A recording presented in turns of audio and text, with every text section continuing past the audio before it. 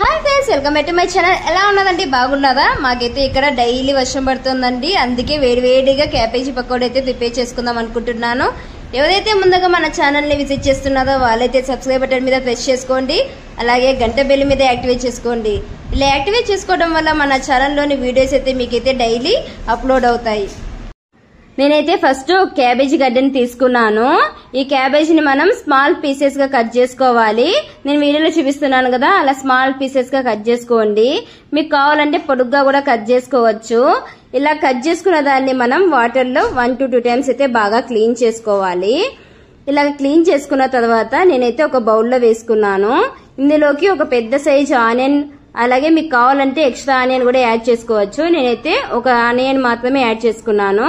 అలాగే 3 పచ్చిమిరపకాయలు, చిటికెడు పసుపు, 1 టేబుల్ స్పూన్ అల్లం వెల్లుల్లి పేస్టు, అలాగే ఇందులోకి నేను 2 టేబుల్ స్పూన్ కారం పొడి యాడ్ చేసుకున్నాను. మీకు స్పైసీ ఎక్కువ కావాలంటే ఎక్స్ట్రా కారం పొడి యాడ్ చేసుకోండి. అలాగే రుచికి సరిపడా ఉప్పు, నేను 1 కప్పు బియ్యం పిండి యాడ్ చేసుకున్నాను. మీతో బియ్యం పిండి లేకపోతే అప్పటికప్పుడు బియ్యం అయినా ఆడించుకొని యాడ్ చేసుకోవచ్చు. అలాగే శనగపిండి 1 కప్ యాడ్ చేసుకున్నాను. నేను ఆల్రెడీ క్యాబేజీని ఫస్ట్ వాటర్ లో క్లీన్ చేసుకుని యాడ్ చేసుకున్నా కాబట్టి వెంటనే అందులోని వాటర్ కంటెంట్ ఉంటుంది కాబట్టి ఫస్ట్ అయితే బాగా వీటిని మిక్స్ చేసుకున్నాను.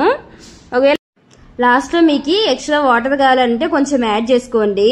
నేను వీడియోలో చూపిస్తున్నాను కదా, అలాగే మీరైతే యాడ్ చేసుకుని బాగా మిక్స్ చేసుకోండి. మీతో కార్న్ ఫ్లోర్ ఉంటే యాడ్ చేసుకోండి. నాతో కార్న్ ఫ్లోర్ లేదు కాబట్టి నేనైతే యాడ్ చేసుకోలేదు. అలాగే నేను 1 సైడ్ అయితే ప్యాన్ లో ఆయిల్ అయితే వేసుకున్నాను. మనం ఇలా ఆయిల్ హీట్ అయ్యాక అందులోకి మనం మిక్స్ చేసుకున్న క్యాబేజీ మిశ్రమాన్ని అయితే వేసుకోవాలి. ఇలా మీరు ముందుగా ఉంటలైనా చేసుకుని అయినా వేయచ్చు, లేకపోతే అలాగైనా యాడ్ చేసుకోవచ్చు.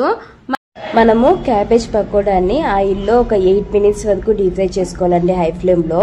ఇది ఎక్కువ డీప్ ఫ్రై చేసుకోవడం వల్ల క్యాబేజీ పకోడా అనేది చాలా క్రిస్పీగా వస్తుంది. అలాగే మనకి అట్లీస్ట్ 1 week అయినా మనం స్టోరేజ్ చేసుకోవచ్చు. మన పిల్లలకి ఏదైనా స్నాక్స్ కావాలి అని అడుగుతుంటారు కదా రెగ్యులర్ గా, ఇలా స్టోర్ చేసి పెట్టండి. మనకి టేస్ట్ గోబీ లాగే ఉంటుంది. అవుట్ సైడ్ గోబీలు తినద్దని ఇప్పుడైతే మనకి న్యూస్ లో కూడా చెప్తున్నారు కదా అండి, ఆర్టిఫిషియల్ కలర్స్ అయితే వాళ్ళు యూజ్ చేస్తుంటారు. మనకి చూసేకి ఆ కలర్స్ వల్ల బాగా కలర్ఫుల్ గా ఉంటుంది, అట్రాక్ట్ అవుతాము. కాకపోతే మన హెల్త్ ప్రకారంగా అయితే పిల్లలకి అయితే అస్సలు పెట్టకండి. మనం ఇంట్లోనే ఇలాగా సింపుల్ ఐటమ్స్ అయితే ట్రై చేసి పిల్లలకి పెట్టండి. టేస్ట్ అయితే చాలా బాగుంటుంది. నేను ఫైనల్ గా ఈ కరివేపాకుని పచ్చిమిరకాయలు అయితే ఆయిల్లో ఫ్రై చేసుకున్నాను. ఎందుకంటే మనం పకోడా తినేటప్పుడు ఈ పచ్చిమిరకాయ కాంబినేషన్ లో తింటే టేస్ట్ చాలా బాగుంటుంది. మీరు కూడా ఇంట్లో ఒకసారి ట్రై చేయండి, చాలా బాగుంటుంది. చాలా క్రిస్పీగా కూడా ఉంటుంది. మీకు మా ఛానల్ నచ్చినట్లయితే లైక్ చేయండి, షేర్ చేయండి, సబ్స్క్రైబ్ చేసుకోండి. Thanks for watching. Please subscribe చేసుకోండి.